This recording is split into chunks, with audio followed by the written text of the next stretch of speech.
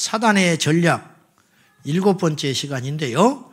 신앙생활을 하다 보면 인간의 의지와 하나님의 뜻 중에 어느 것이 우선인가, 이러한 것을 갈등할 때가 참 많습니다. 무슨 말이냐면 그냥 무작정 기도만 해야 되는지 아니면 내가 뭔가를 찾아 나서야 되는 것인지, 이런 것들 있잖아요. 이런 갈등이 2000년 교회 탄생 이후로 2000년 역사 가운데 팽팽하게 이것이 시소게임처럼 왔다 갔다 하면서 논쟁이 되어 왔어요. 그것을 뚜렷하게 규명하는 방법은 사실 쉽지 않다고 봅니다. 어느 누구도. 저는 그런 필요 없는 소모적인 논쟁으로 우리에게 귀한 시간을 허비하지 말고 단지 분명한 것은 우리가 어떤 자세를 취하고 어떻게 하나님을 섬기는 것이 하나님 나라에 유익하며 우리에게 영적으로 유익한가, 이것을 한번 따져볼 필요는 있다는 것이지요.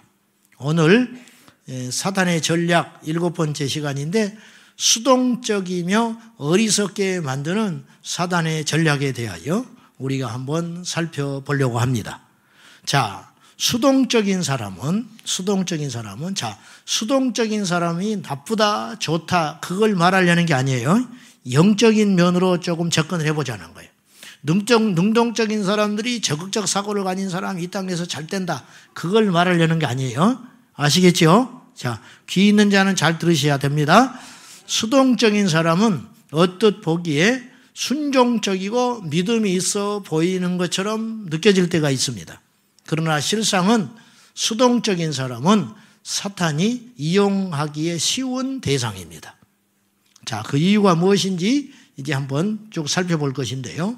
그 이유는 의외로 수동적인 사람들이 완고하고 혹은 어리석기 때문입니다. 자, 첫째, 수동적이고 어리석은 사람은 왜 사단이 이용하고 함부로 휘하에 두고 휘두르기가 쉽냐 하면, 수동적이고 어리석은 사람은 죄와 결별하는데 오랜 시간이 걸립니다. 그리고 정리를 분명히 못해요. 의외로 하나님이 쓰셨던 많은 사람들 중에는 단호했던 사람들이 많습니다. 단호했던 사람들. 그걸 주목할 필요가 있어요. 아브라함은요, 상당히 우유부단한 사람처럼 보이나 하나님과의 관계 속에서는 굉장히 단호한 면이 있는 사람이에요. 너는 본토 친척 아비집을 떠나라. 뒤를 안 돌아보고 정리하고 떠나버리는 거예요. 아브라함이 20대라면 어떤 푸른 꿈을 가지고 답답한 본토 친척을 떠날 수 있습니다. 그러나 그는 75세였어요. 이제 인생 항혼, 지금도 나이가 많을 때인데 정리하고도 한참 할 시간이에요. 그리고 자식이 없어요. 무슨 낙이 있겠냐는 거예요. 죽더라도 편안하게 죽지, 이방 타국에 가서 죽을 생각은 나부터 하기가 쉽지 않아요. 그런데 아브라함은 단호하게 정리해버립니다. 단호하게. 그리고 그의 아들을 하나님께 번제로 드릴 때도 자기 아내하고도 상의하지 않아요. 단호하게 딱 정리해버려요. 오늘 이 말씀이 또 여러분에게 복음으로 드릴지 모르겠는데, 주식을 아내하고 상의하지 않고 단호하게 해버린다. 그 사람은 귀신에 쓰인 사람이에요. 그건 단호한 게 아니고, 아내하고 상의하지도 않고 단호하게 집을 팔아버렸다. 단호하게 친구 보증을 써줘버렸다. 믿음으로. 그건 바보 멍충이라 그러는 거예요. 그건 하나님과 아무 상관없는 결단이라. 제자들은 주님의 콜링을 받을 때 배와 그물과 아비를 버려두고 즉시로 떠나버렸어요. 단호하다는 것이거든요. 단호했어요. 삼손은요, 드릴라 품에서 죄를 끊어내지를 못하고 알면서 이게 하나님이 원치 않는다는 거 알아요.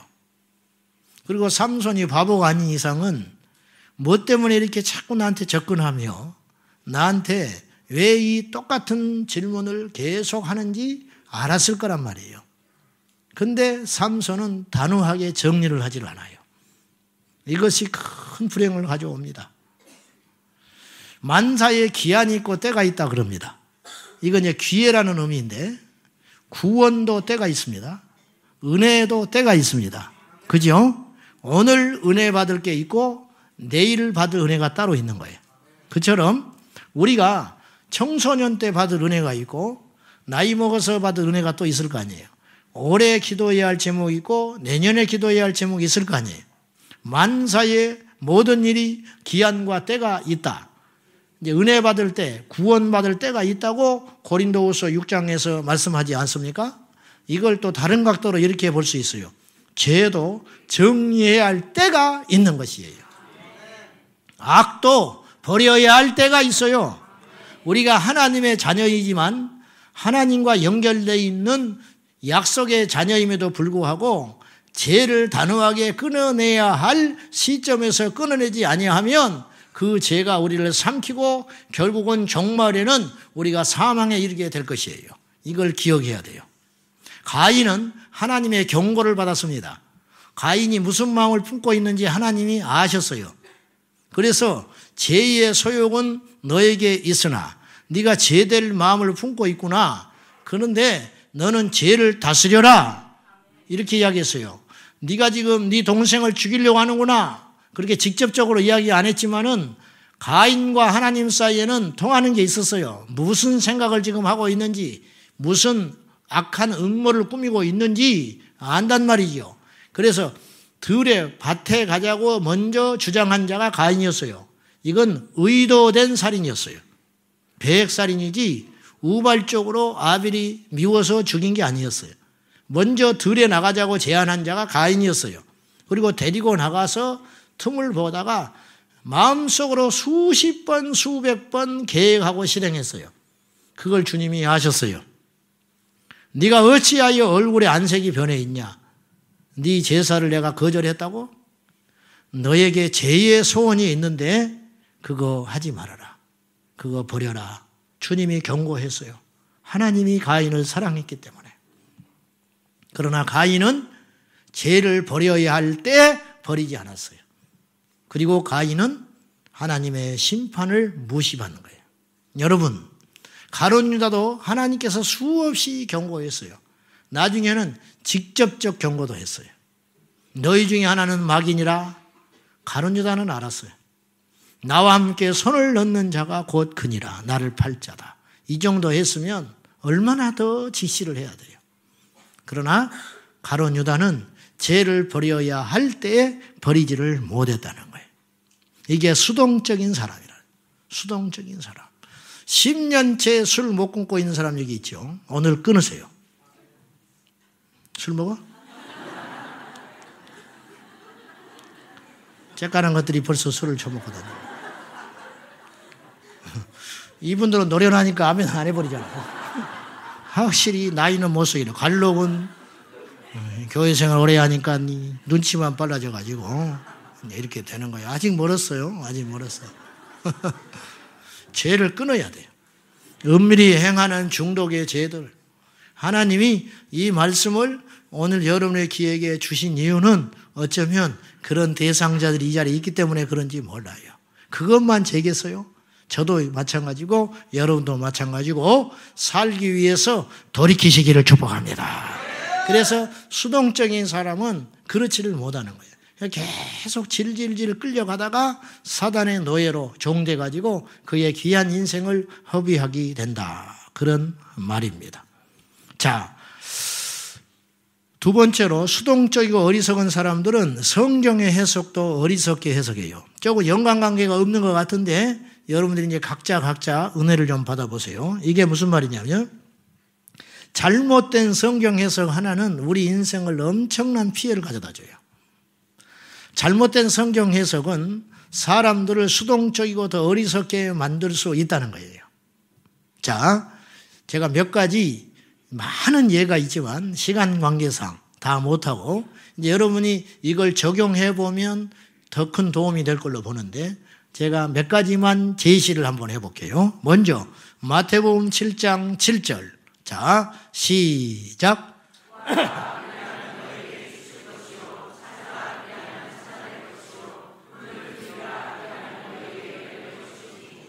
아멘. 자, 이 말씀을 수동적인 어리석은 자들은 어떻게 해석을 하냐면, 보여주세요. 계속. 어떻게 해석을 하냐면 이렇게 그릇되게 해석을 할 수 있어요. 자, 어떤 것이든지 구해라. 그러면 너희는 받게 될 것이다. 굉장히 믿음의 소리 같지요. 네? 제가 아까 수동적인 거 이런 걸 전제하고 이 말씀을 던지니까 여러분이 조금 더 주의 깊게 이걸 듣지, 그렇지 않으면 우리 모두, 저도 마찬가지, 어떤 것이든지 구하면 하나님이 주신다 그러면 다 아멘 할 거예요. 물론 그 말은 틀린 말은 아니에요. 그러나 그걸 좀 더 깊이 들어가 보자는 거죠.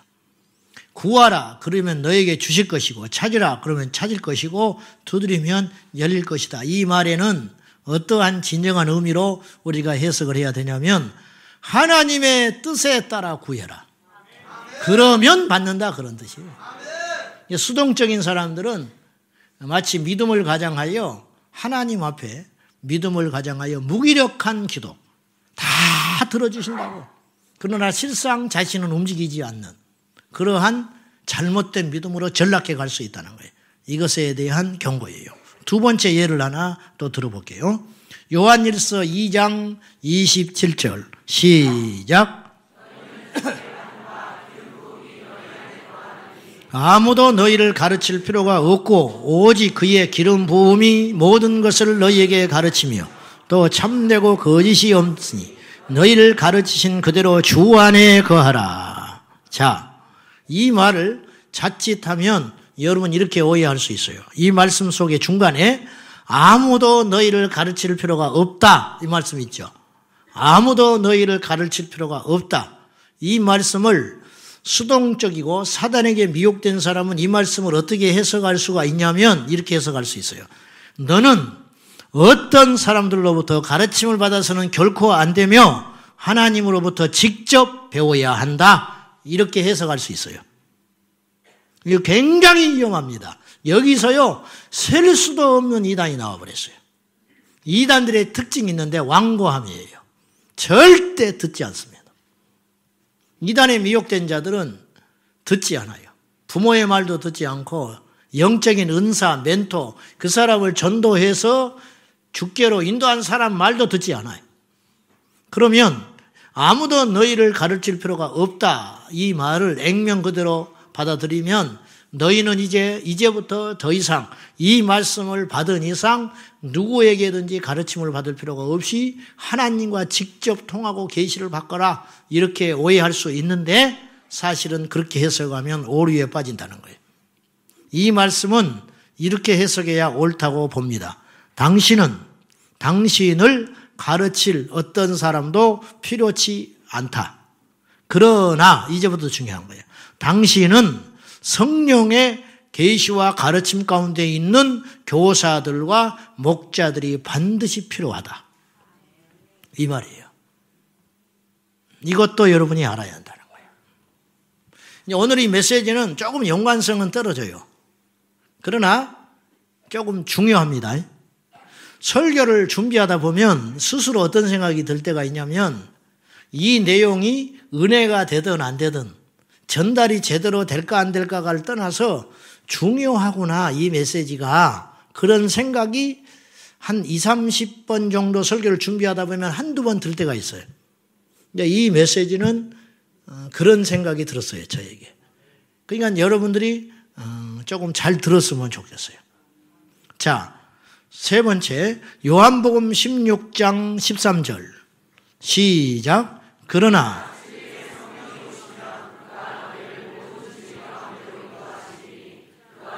말하지 않고 오직 들은 것을 말하며 장래 일을 알게 하시리라. 자, 이 해석은 오류를 범하면 이렇게 해석할 수 있어요. 그가 나를 모든 진리 가운데로 이미 인도하셨다. 이미 인도하셨다. 자, 진리의 성령이 오시면 그가 너희를 모든 진리 가운데로 인도하시리니 그랬지요. 인도하시리니. 그래서 이제 너희들은 어떤 염려나 의심도 품지 말고 성령께서 너희들을 온전한 진리 가운데로 이미 인도하셨다. 이렇게 해석할 수 있죠. 어떻게 보면 종이 한 장 차이인데 그러나 그건 위험한 해석이에요. 이것이 진정한 옳은 해석은 이렇게 들어야 돼요. 하나님의 성령이 너희를 인도하고 계신다. 그러나 나는 우리 모두가 나는 저와 여러분은 그것이 언제 그리고 어떤 방식으로 일어나고 있는지를 반드시 알아야 한다. 자, 다시 제가 정리해 볼게요. 성령께서 우리를 인도하셔요. 그건 분명한 사실입니다. 아멘. 그건 분명한 사실인데 왜냐? 지금이 성령 시대니까 예수님 당시에 제자들이 예수님의 인도함을 받았던 것처럼 오늘 우리도 예수님이 육으로 오는 우리를 떠났지만 약속하신 바 보혜사 성령 파라클레토스 우리 곁에서 도우시는 변호해 주시는 성령님이 파라클레토스 곁에서 나와 함께 하시기 때문에 그분이 나를 인도하십니다. 맞습니다. 그건 분명한 사실인데 그건 부정한 것은 이상한 것이죠. 이단이죠. 그건 맞는데 거기에 하나 더 붙여야 할 게 있다는 거예요. 그렇지만 우리는 그것이 성령의 인도하심의 그 역사가 언제 그리고 어떤 방식으로 내게 일어나며 인도하고 계시는지를 깨어서 알 수 있어야 된다는 거예요. 분별할 수 있어야 한다. 이렇지 않으면 신앙이 참된 진리에 근거한 신앙이 되지 못하고 수동적이고 무기력하고 어리석은 신앙으로 전락해버릴 수 있다는 거예요. 마귀는 지난 시간에 그랬어요. 열정적이고 신실하고 성실한 그리스도인조차도 공격을 한다는 거예요. 오늘 여러분 중에 저도 이제 그런 지식의 어떤 변천을 겪어서 여기까지 왔지. 앞으로도 계속 하나님을 향한 우리의 영적인 지식은 진보할 것 아닙니까? 계속 더 열어지고 더 분명해지고 오리와 더 점점 없어지면서 진리 가운데로 하나님 우리를 인도하실 거예요. 근데 이제 제가 처음에 교회 나가서 배운 지식들과 내가 스스로 착각한 지식은 예수 그리스도를 믿는 자들에게는 악한 역사는 더 이상 상관이 없다고 여겼어요. 그러나 그것이 아니었어요. 성경을 보고 또 우리 주변에서 일어나는 현상들을 볼 때 사단은 예수님조차도 공격을 했으니까 사단은 믿는 자조차도 공격한다는 사실을 뒤늦게 알게 됐어요. 오늘 여러분 중에 나는 믿음에 서 있기 때문에 나는 예수 그리스도를 내 마음속에 확실한 구주로 영접을 했기 때문에 이제는 사단의 공격이나 사단과 관계없는 자라고 여긴다면 그것은 믿음이 아니고 어리석은 것이에요. 그건 믿음이 아니에요. 믿음이라는 것은 가능성이나 혹은 좋은 일이 일어날 것으로 기대한다는 것은 50%의 믿음이에요. 진정한 믿음은 가능성 그리고 좋은 것이 일어날 수 있다고 하는 기대감 거기에 더해져서 무엇이 있어야 되냐면 깨어있음이 더해질 때 100%의 믿음이 되는 거예요. 그러니까 내가 구원을 예를 들어보면 내가 하나님께 구원받은 것이 확실하다. 저는 교만한 게 아니고 여러분도 마찬가지겠지요. 제가 구원받은 게 저는 믿어져요. 저는 믿어져. 그래서 저는 지금 죽어도 천국은 갈 수 있다는 확신은 있어요. 확신은 있지만 이거는 50%고 나머지 50%는 어떤 두려움이 있는가 하면 나의 이 믿음이 영원할 것 같지 않다는 두려움도 있는 거예요. 왜 그런가? 성령께서 나와 함께 하시고 나를 죄로부터 막아주시고 나의 긍휼을 베풀어 주시고 내가 주님 앞에 심판대 앞에 설 때까지 사도 바울처럼 달려갈 길을 마치고 믿음을 지키고 선한 싸움을 하여 멸관을 잊지 않고 가야만 나의 구원이 완성되는 것이지 지금 이 받은 구원이 앞으로 내가 어떠한 행동을 하더라도 잃어버리지 않는다는 그러한 자신은 없다고 말이에요. 좀 말이 복잡해졌어요. 여러분도 그러시죠? 그러니까 믿음이라는 것은 단순히 기대하고 좋은 일이 일어날 걸 기대하는 거, 소망하는 거, 이 수준은 어린아이의 믿음이라고 생각해요. 여기에 더해져서 진리에 입각한 확실한 깨어있음, 그리고 어떤 분별함, 이것이 더해질 때 우리의 믿음은 더 온전해지지 않을까, 이런 생각이 드는 것입니다. 아멘. 자, 이 외에도 많이 있겠죠. 성경을 읽다 보면 이런 구절들이 일어날 때, 이런 구절들을 대할 때 하나님의 지혜가 우리 안에 있어서 이 말씀들을 바로 해석하는 지혜가 있기를 주님의 이름으로 축복합니다.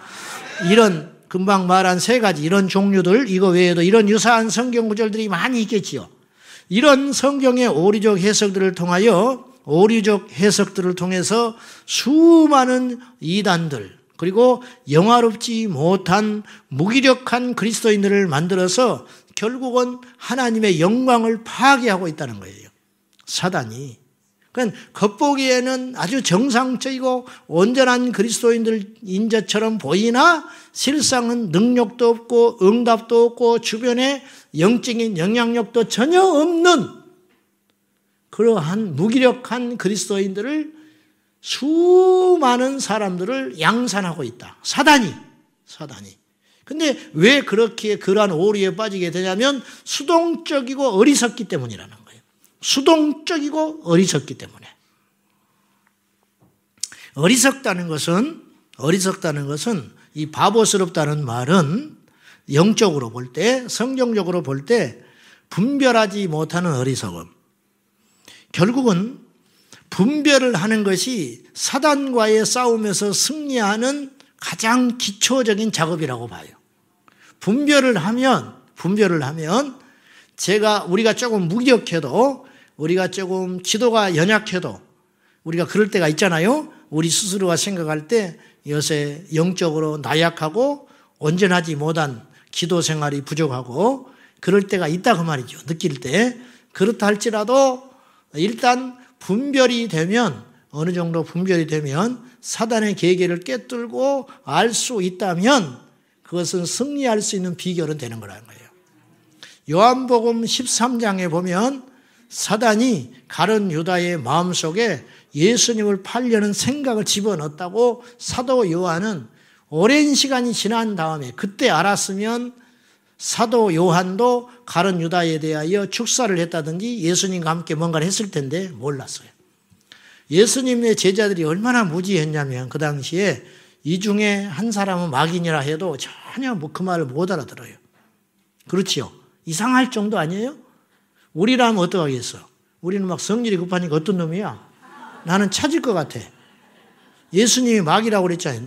나까? 나는 그런 마음 없는, 이 중에 한 놈이 이래서 전부 모여봐. 그 성질 급한 베드로가 왜 그렇게 안 했나 이해가 안 가는 거예요. 그죠? 막 칼을 들고 말고도 길을 잘라버리는 사람인데 전부 집합해봐. 너야? 너? 이 중에 하나는 마귀라고 그랬어. 근데 나는 아닌 것 같아. 누구야? 이렇게 해야 정상 아니에요? 영적으로 둔해진 거예요. 영적으로 잠들어 버린 거예요. 정말 더 무서운 건 가룟 유다 자체는 자신이 사탄의 미혹을 받고 있다는 것 자체도 몰랐어요. 그리고 어디서부터 시작됐냐면 가룟 유다는 섭섭함이 들어오면서 왜 예수님은 저 엄청난 능력을 민족을 해방시키는 데 쓰지 않냐고 왜 자꾸 십자가를 이야기할까?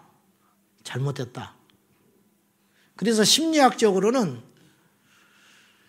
예수님이 가룟 유다에게 팔린 게 아니고 가룟 유다가 예수님께 심한 배신감을 느꼈을 거라는 거예요.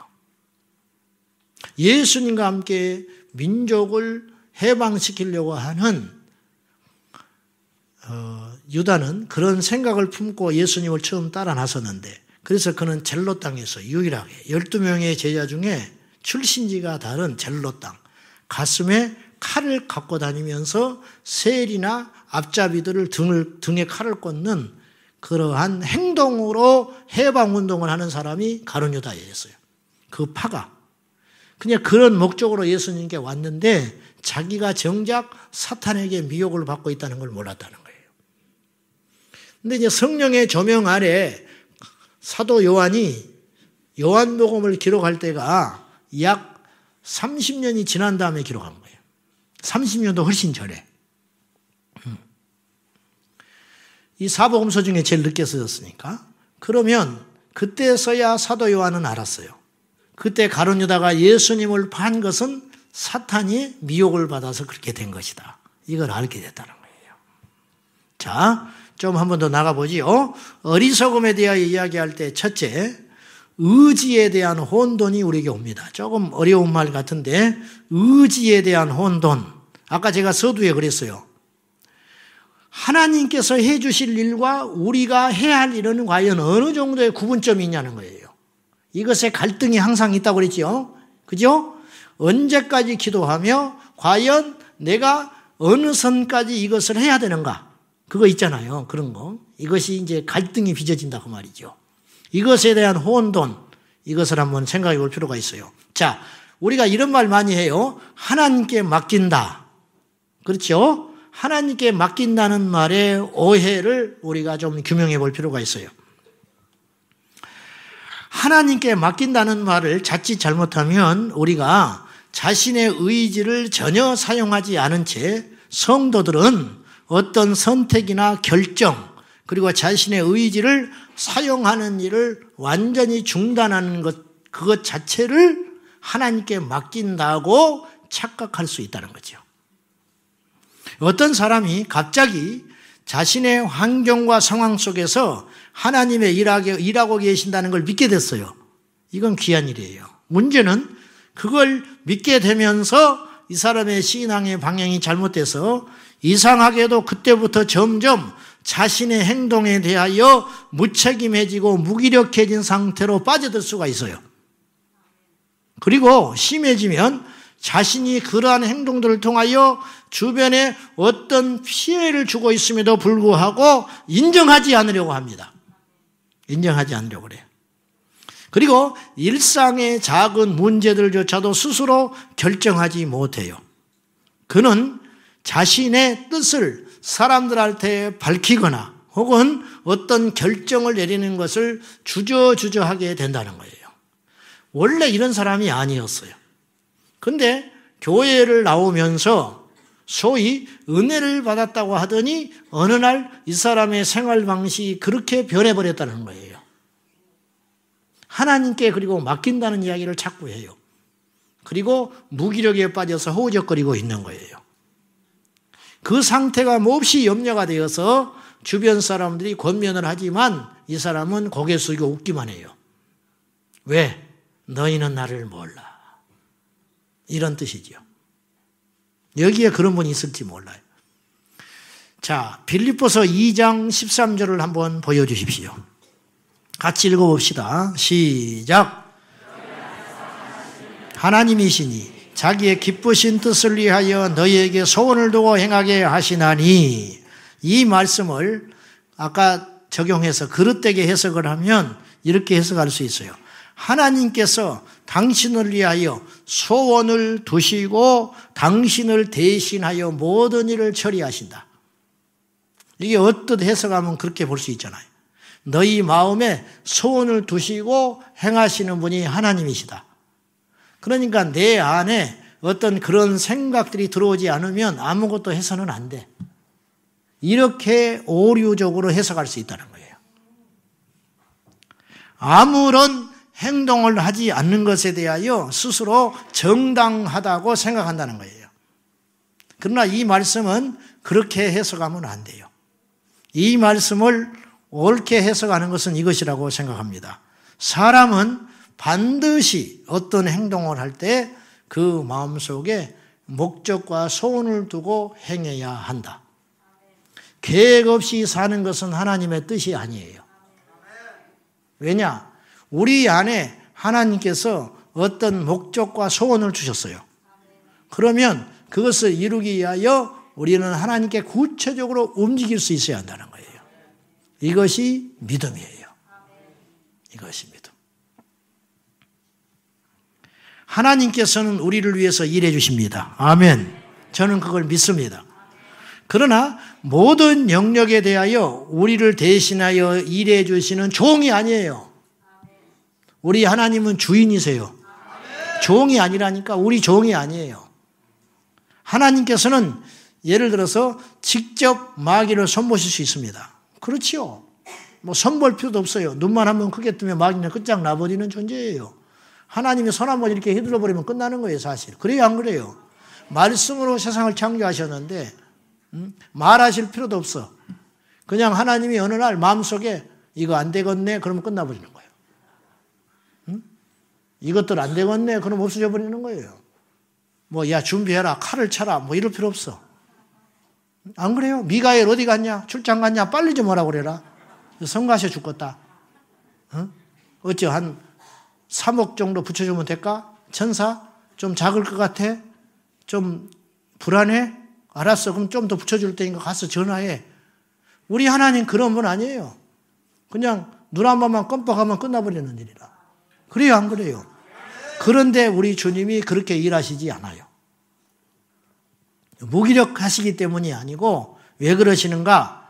다시 하나님께서는 직접 마귀를 손보실 수 있지만 그렇게 하지 아니하시고 우리가 마귀를 대적하고 물리칠 때 주님은 더 통쾌하게 생각하신다고 말이에요. 예를 들어서 아담과 하와가 패배한 것은 아담과 하와의 범죄로 끝나지 않았어요. 그것은 하나님의 근심이고 슬픔이었어요, 사실은. 아담과 하와에게 선악과를 만들어 두신 이유는 승리하라고 만들어 두신 거예요. 유혹을 이기고 네가 나를 선택해라. 날마다 네가 유혹을 받을 터인데 그때마다 나의 명령을 기억하며 나를 선택하라고 만들어 놓으신 것이 선악과였어요. 근데 아쉽게도 아담과 하와는 패배했습니다. 이 패배는 하나님의 아픔이었어요. 하나님의 수치였어요, 사실은. 거꾸로 봅시다. 70명의 제자들을 예수님께서 둘씩 묶어서 파송합니다. 그리고 그들에게 귀신과 병을 고칠 수 있는 권능을 주셨고 가서 복음을 전파하라고 사명을 주시면서 모든 것, 전대, 옷 2벌, 신발 다 뺏어버리시고 그 다음에 오직 믿음만 심어주면서 나의 이름으로 권능을 행할 수 있도록 하시라 하면서 보내주신 거예요. 그때 제자들이 가서 승리하고 돌아와요. 이것은요, 주님께서 직접 가셔서 승리한 것보다 더 큰 기쁨이고 승리였어요. 통쾌하잖아요. 제자들이 와서 승리를 보고할 때 사단을 향하여 주님이 웃으신 거예요. 봤냐? 나의 제자들이 너를 승리했어. 그럼 나는 어떻겠냐고 말이에요. 너 앞에. 하나님의 권위, 그 하나님의 영광 이해되면 아멘 하십시오. 하나님은 우리를 대의자로 세워서 오늘 이 밤에도 승리하기를 원하세요. 하나님은 오늘 이 밤에도 우리를 세우셔서 우리를 통해서 병이 나가길 원하시고 우리를 통해서 귀신이 나가길 원하시고 우리를 통해서 무기력한 자들이 힘을 얻기를 원하신다고요. 이것이 하나님께 영광이 되는 거예요. 이보다 크고 놀라운 일이 어디가 있습니까, 여러분? 안 그래요? 하나님의 피조물인 우리가 멋지게 승리하여 하나님께 영광을 돌린다? 엄청난 일이지요. 근데 이걸 하지 않는다는 거예요. 사단에게 속아서 하나님의 뜻 하면서 무기력에 허우적거리고 있다는 거예요. 수동적이고 어리석은 사람들은 어떤 상황에 대하여 대처할 능력을 상실하게 됩니다. 다윗이 골리앗과 전쟁하러 갈 때 골리앗이 기도하지 않았어요. 무슨 말인지 아시죠? 골리앗이 40일 동안 고래고래 소리 지르면서 이스라엘의 군사들을 농락하고 있을 때 다윗이 가서 내가 금식 좀 하고 올게. 내가 기도 좀 하고 하나님이 골리앗과 싸우러 가라 하면 내가 갈게. 안 그랬어요. 광야에서 다져진 그 믿음, 오직 하나님만을 위해서 자신의 전부를 드리고자 하고는 믿음의 일념이 평소에 있는 거예요. 그때 딱 걸려든 거예요. 골리앗이 그냥 나가버리는 거예요. 그냥 갑옷도 취하지 않고 물맷도 들고 나가서 여러 개도 필요 없어 하나로 끝내버리는 거예요. 예수님께서 겟세마네 동산에서 기도하실 때 하나님이 침묵하셔요. 하나님이 응답하지 않는다고요. 그 날마다 응답하셨던 하나님이 하늘에 계신 그 아버지가 아들 되신 예수께서 겟세마네 동산에서 피 흘려 기도함에도 불구하고 우리 주님은 응답하지 않으셨어요. 그러면 예수님께서 어리석으셨다면 이 표현 자체가 경망스러운 말이지만은 주님이 말씀하지 않으니까 내가 십자가는 다음에 져야겠다. 그러지 않으셨다는 거예요. 주님은 십자가를 지셨습니다. 우리가 때로 이런 이야기를 해요. 기도할 때 다른 것으로 응답하신다. 우리가 구하는 대로 응답하시기도 하시고 다른 것으로 응답하시고 더 좋은 것으로 응답하시고 때로는 응답하지 않는 것도 응답이다. 이런 표현하지요. 네, 우리가 기도에 대해서 배울 때 이런 거 배우잖아요. 응답하지 않는 것도 응답이라고. 그런데 정확히 이 말을 표현을 해보면 응답이 없는 것도 응답이라는 뜻은 하나님께서 이미 그 응답하지 않는 것은 하나님께서 이미 나에게 주신 믿음의 의지를 가지고 결단하고 행하라는 뜻이에요. 결단하고 행하라. 하나님 A 대학을 갈까요? B 대학을 갈까요? 할 때 99%는 하나님이 말씀하지 않으세요. 네가 결정해라. 그 대신 네가 결정한 다음에 네가 충분히 그것을 감당할 수 있어야 한다. 그렇게 이야기하시는 거예요. 태국에 선교 가려고 우리 청년들이 지금 이제 다음 주 화요일 날 갑니다.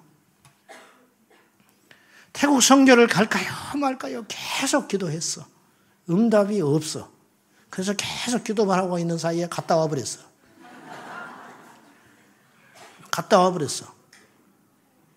갔다 온 다음에 정신 차려보니까 하나님이 왜 우물쭈물했냐는 거예요. 응? 우리 친구들 중에 지금 40몇 명 중에 하나님의 음성과 계시를 듣고 갑자기 기도하는데 태국 한 명도 없어 그런 놈. 내 마음속에 하나님을 향한 불붙는 의지가 생긴 거야. 그리고 믿음이 생겼어요. 나는 거기를 갈 수 있고 가면 하나님께서 뭔가 나를 통해서 일하실 것 같은 기대감이 생기고 필요한 물질도 채워질 것 같은 생각이 확 들어오는 거예요. 그래서 지원해버린 거예요. 이게 수동적이지 않는 자세라는 거예요. 저는 실제로 이런 목사님을 봤어요. 나한테 자랑스럽게 이야기합니다. 우리 아내도 있었어요. 같이 들었어요. 자기는 설교의 자유해졌대. 어느 세미나에 갔다 온 뒤로 자기는 설교 준비를 안 한대. 왔다. 설교 준비를 안 하고 그냥 기도하고 올라간대. 지금 계속 그러고 있어. 너무너무 자유하다는 거예요, 자기가. 내가 속으로 이렇게 생각했어. 교인들은 무슨 죄가 있냐? 그럼 맨날 똑같은 소리만 해야 되나? 똑같은 것만 먹어야 되는데. 에? 교인들은 무슨 죄가 있어? 그게 믿음이에요? 그게 믿음이냐고. 어떤 믿음처럼 보이죠? 조심해야 됩니다. 어떤 믿음처럼 보이잖아요. 기도하고 올라가서 하나님이 주신 거 선포한다. 속 편해? 몇십 년을 그렇게 목회한다고요? 성도들은 그러면 영적으로 누가 성장시킬 건데? 그러면 맨날 그 소리야. 기도해라, 사랑해라, 믿음으로 살아라. 그거 아니에요? 응? 아니잖아요. 그런 무책임한 일이 어디가 있어? 응? 기도를 써서 하면 신령한 기도가 아닙니까? 나한테 그렇게 시비 건 사람이 하나 있었어. 왜 기도를 써서 하냐? 그냥 하지. 그냥 한 사람의 기도만 진짜래. 여러분, 기도를 쓰기 위해서 몸부림치고 애쓴 그것이 얼마나 있는지도 모르고 쓰고 안 쓰고의 문제가 아니잖아요. 여러분 이거 깨야 돼요. 여러분 이거 어리석은 겁니다. 믿음 아니에요. 믿음을 가장한 게으름과 어리석음이고 수동적일 수 있다. 네.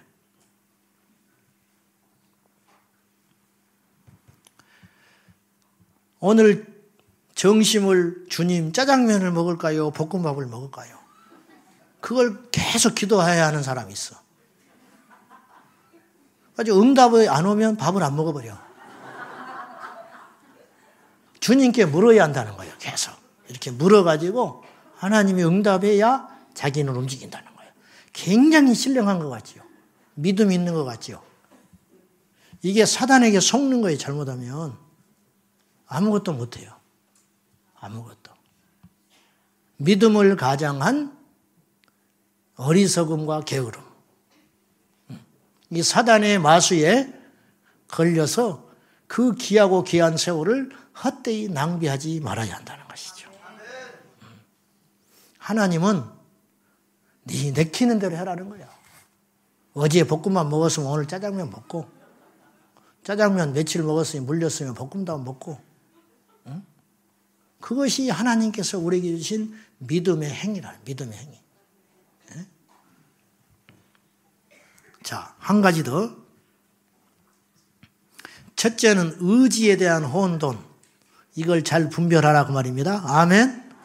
다시 한번 따라해요. 중요하니까 의지에 혼돈을 하지 말자. 아시겠죠? 의지를 혼돈하지 마세요. 의지를 혼돈하지 말아라. 우리 청년들이 잘 들어야 돼.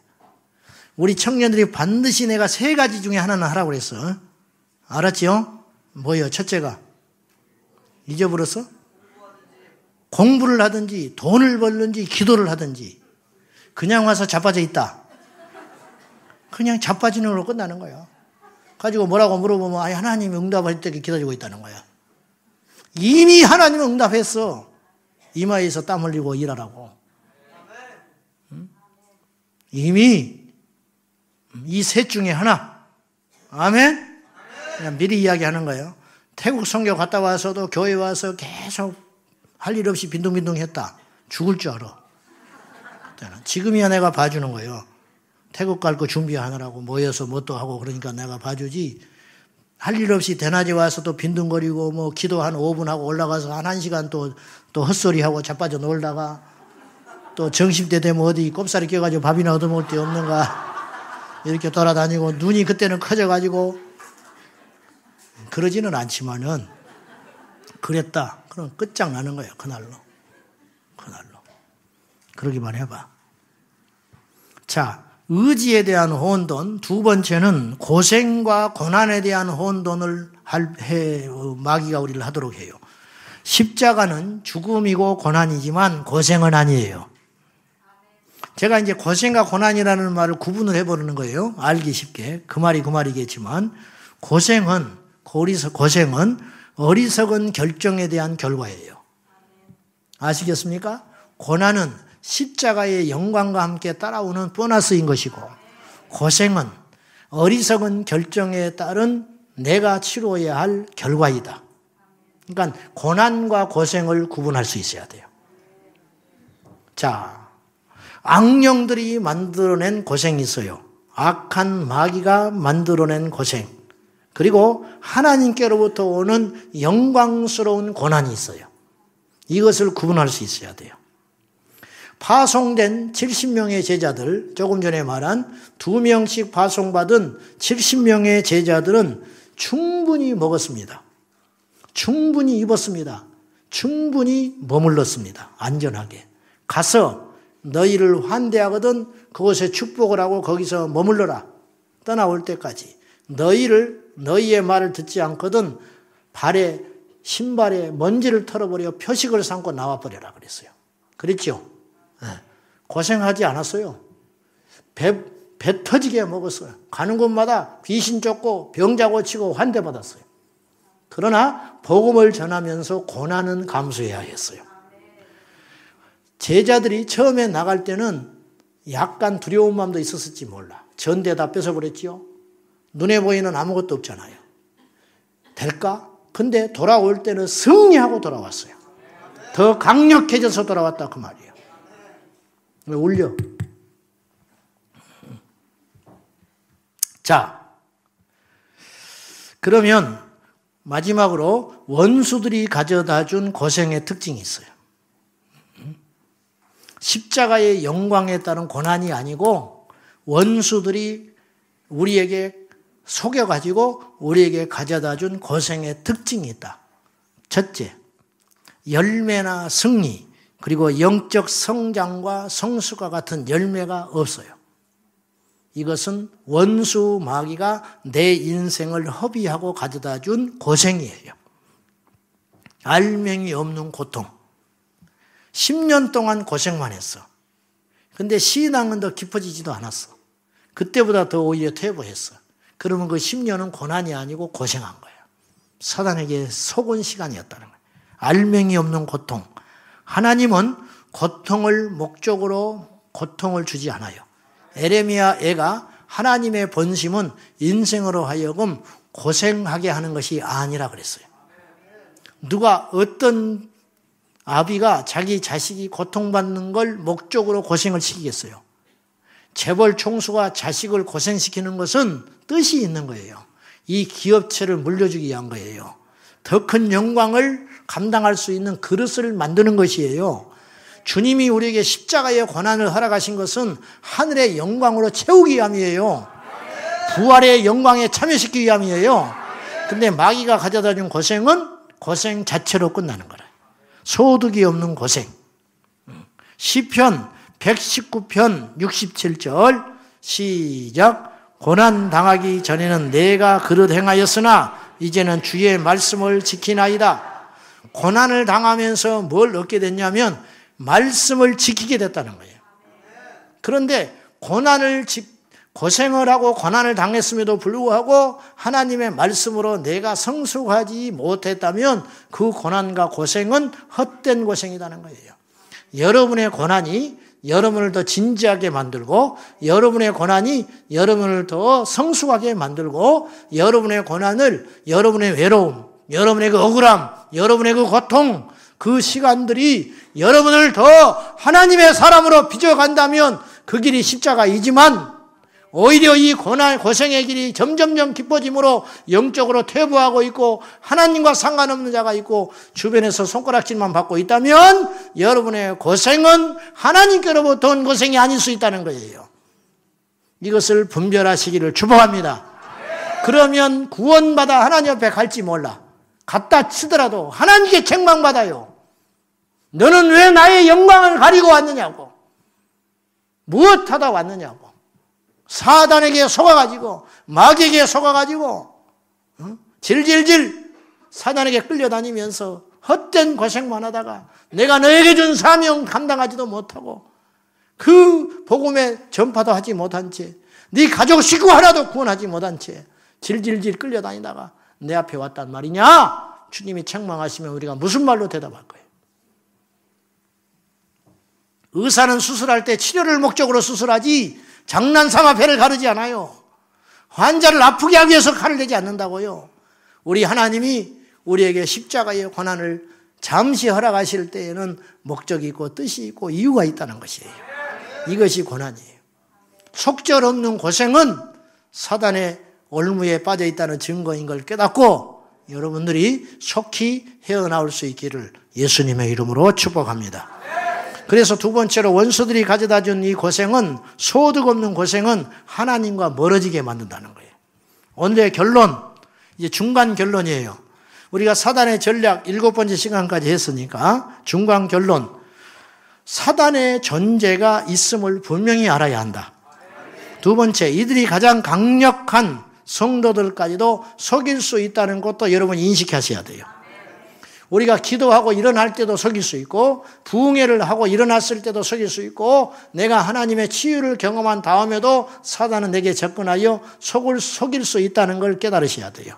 단지 우리가 충만하면 분별하기가 쉽고 이길 수 있는 능력이 있겠지만은 우리가 무기력한 가운데 있으면 사단의 밥이 된다는 것도 꼭 기억하셔야 됩니다. 자, 오늘 우리가 본문에 읽었는데 이 말씀 한 번만 더 봅시다. 마지막으로. 자, 14절. 시작. 이것은 이상한 일이 아니라 사탄도 자기를 광명의 전사로 가장하나니 가짜 거짓 사도가 있는 것이 이상한 일이 아니다. 심지어는 사단이 광명의 천사로 가장하기도 한다. 자, 여러분, 열정적이고 신실한 그리스도인조차도 사탄은 타겟으로 삼는다 그랬어요. 그리고 속을 수 있다 그랬어요. 제가 분명히 이단이 거기서 나온다 했지요. 그러면 봅시다. 사단이 영적 존재지요.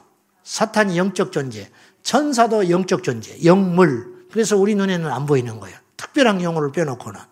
그러면 사단이 영물이고 천사도 영물인데 인간도 사실은 영적 존재인데 아무튼지 이 사단이 천사로 가장한다고 그랬지요. 그러면 환상을 볼 수 있어야 돼요. 예? 환상을 봐야 광명의 천사를 볼 수 있을 거 아니에요. 그럼 환상을 본다는 것은 나름대로 믿음의 깊이가 있다는 사람이에요. 그렇잖아요. 환상이 쉽게 보여지는 현상은 아니잖아요. 그러면 천사가 가장하여 사단이 가장하여 광명의 천사로 둔갑하여 나타나는 것을 볼 정도라면 열정적이고 기도하는 그리스도인일 거라는 거예요. 문제는 이걸 분별하지 못한다는 거예요. 그러므로 안전지대는 없다. 이 강단도 안전하지 않아요. 어떤 기도원도 안전한 곳이 없어요. 오직 안전한 곳은 한 곳밖에 없는데 예수 그리스도 품밖에 없는 거예요. 이걸 전제하고 우리가 두렵고 떨림으로 평생을 살얼음판 걷는 심정으로 한 걸음 한 걸음 살아가는 것이 지혜로운 것이다. 그래서 사단이 활발하게 활동할 수 있는 자리와 기회를 주지 않기 위해서 이들이 활동하기 위해서 반드시 필요한 조건과 환경을 우리가 알아야 한다는 거예요. 그래서 지금 사단의 전략에 대해서 우리가 하고 있는 거예요. 하나님에 대한 지적인 지식과 성령의 능력 안에서 우리가 어떻게 하면 주님과 연합하여 이 사단의 계기를 알고 승리할 수 있을까? 이 시대를 우연히 지나가는 걸로 보지 말고 이 시대의 어둠의 역사가 어떤 작업들을 펼치고 있으며 우리 교회를 어떻게 공격하고 있으며 우리 신앙 공동체를 어떻게 파괴하려고 하고 있으며 우리 가정을 어떤 음모를 가지고 접근하고 있는지 오늘 이 시점에 나를 향하여 사탄은 어떤 전략을 꾸미고 내게 다가오고 있는지 이것을 분별하는 능력과 지혜들이 저와 여러분에게 활짝 열리시기를 예수님의 이름으로 축복합니다. 수동적이고 어리석은 자가 되어서 사탄의 휘하에 있지 말고 속히 빠져나와 하나님이 내게 주신 믿음의 전신갑주로 쟁취하고 승리하고 힘있게 나가시기를 예수님의 이름으로 축복합니다. 할렐루야. 기도하겠습니다. 하나님 아버지, 우리에게 하나님의 전신갑주를 입혀주시사 오늘도 우리 삶에 때로는 십자가의 고난이 있고 우리 삶에 어려움이 있지만은 절대로 포기하거나 무너지거나 물러서지 아니하고 예수의 이름으로 무장하여 승리하는 예수의 사람들이 되게 하여 주시옵소서. 오늘 말씀으로 우리의 심령을 조명받아서 우리가 이러한 자들은 아닌지 우리가 이런 속임에 있지는 않는지 우리가 깨닫고 결단하여 이 밤을 기점으로 자유하게 하여 주시고 승리하게 하여 주시고 누리게 하여 주시고 쫓게 하여 주시옵소서. 예수님의 이름으로 기도하옵나이다. 아멘.